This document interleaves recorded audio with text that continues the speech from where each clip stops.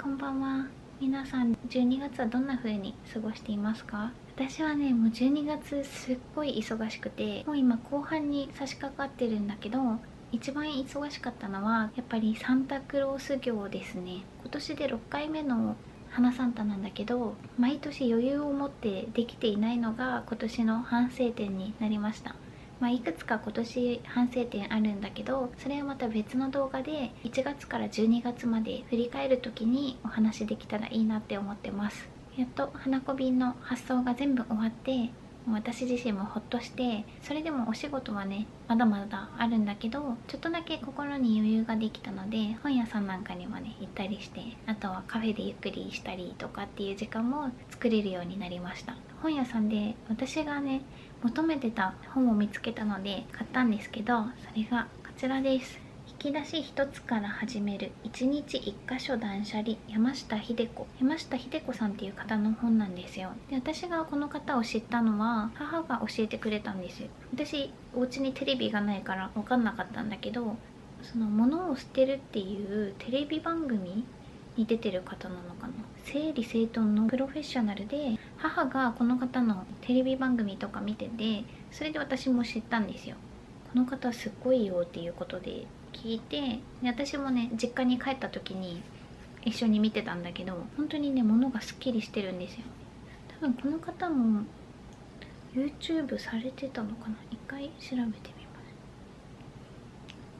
ありますね。山下秀子断捨離公式チャンネルっていう名前で今チャンネル登録しちゃいます。で、一般の方の自宅に行って一緒にお片付けするっていうこともやってて、本当にねビフォーアフターを見るのが気持ちよくて、でそれからこの方に興味を持ち始めたのが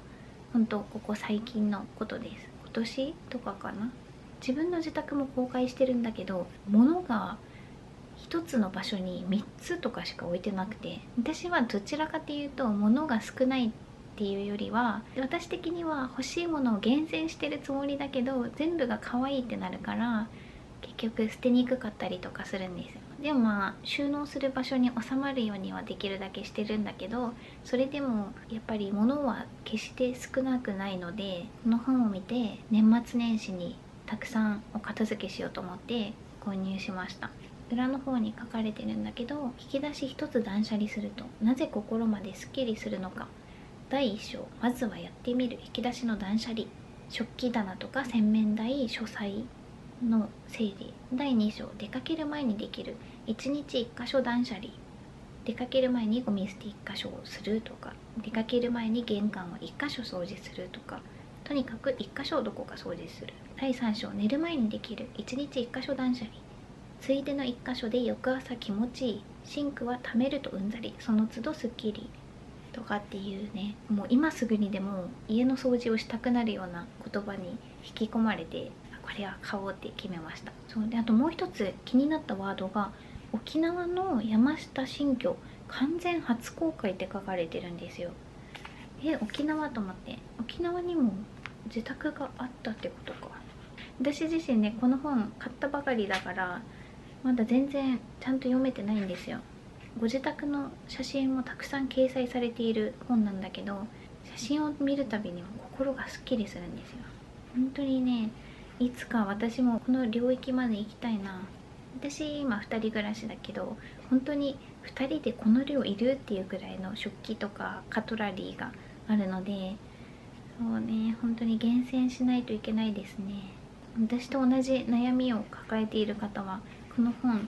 本屋さんで手に取って読んでみてほしい。あとは洗剤の断捨離とか、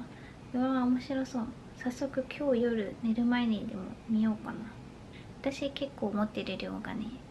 私的に多いっては思ってないけど少なくもないので、すっきりすぐ物がどこにあるかとか一目でわかるぐらいの量まで減らすのが目標で、今一緒に住んでいるおいちゃんなんだけど、おいちゃんは結構ねミニマリストまではいかないけど物が少ないんですよ。すごくもともとそんなに物に執着がないタイプで、おいちゃんのねデスク周りとかもすっごい綺麗なんですよ。本当に綺麗にしてるから、この仕事環境いいなって思ったりしてます。で、私の場合は絵日記書くときにもう丸テーブルの周りに全部ペンとかシールとか紙物を置いて書くので、もし次引っ越すってなったら私も自分の机が欲しいな。でも結局その自分の机に物を置きっぱなしにしちゃってそうだけどね。この本は私も母もすごく読みそうなので、今回沖縄に持っていこうかなって思ってます。あと私飛行機での移動中とかにもパラパラって読めるしね。で、私が本を買う時って結構 Kindle で買ったりするんですよ。あとは楽天マガジン、年間支払って楽天マガジンをいつでも読める状態にしているので、本を読むときはだいたいこの2つのアプリを使うかな。で、本当にたまに漫画とか、あとお料理の本とかは紙のものが結構見やすくて好きだったりするので、そういう時は紙の本を買っています。で、これも私のお掃除モチベを上げてくれるような内容だったので、これは紙で買おうかなって思って紙のものにしました。年末のお掃除動画とかもね撮れたらいいけど、時間があれば撮りたいです。たまに花子さんの本棚が見たいですっていうメッセージをいただくことがあったので、今日はちょっとだけ本について話してみました。でも私的に電子書籍よりも紙の方が好きなんですよ。やっぱ手帳とかもだし、紙の素材とかも好きだから。でも一番の問題は場所を取っちゃうってことですよね。部屋が広くて大きめの本棚が置けるんだったら絶対紙にしたいんだけど、今のところ収納する場所も限られてはいるので、基本電子書籍をメインにしてたまに紙の本を買ったりしてます。いや、これは掃除欲がかきたてられる内容だ。最近買った本を紹介してみました。また何か気になる本とか買った本があれば動画でお話しします。で、私また読書ノートを作ろうかなって今考えていて、ちょっと分厚めのノートにこの日読んだ本の感想とか書けたら良さそうですよね。それが iPad で書いてもいいかもしれない。今日の動画はこれで終わります。本日もご視聴いただきありがとうございました。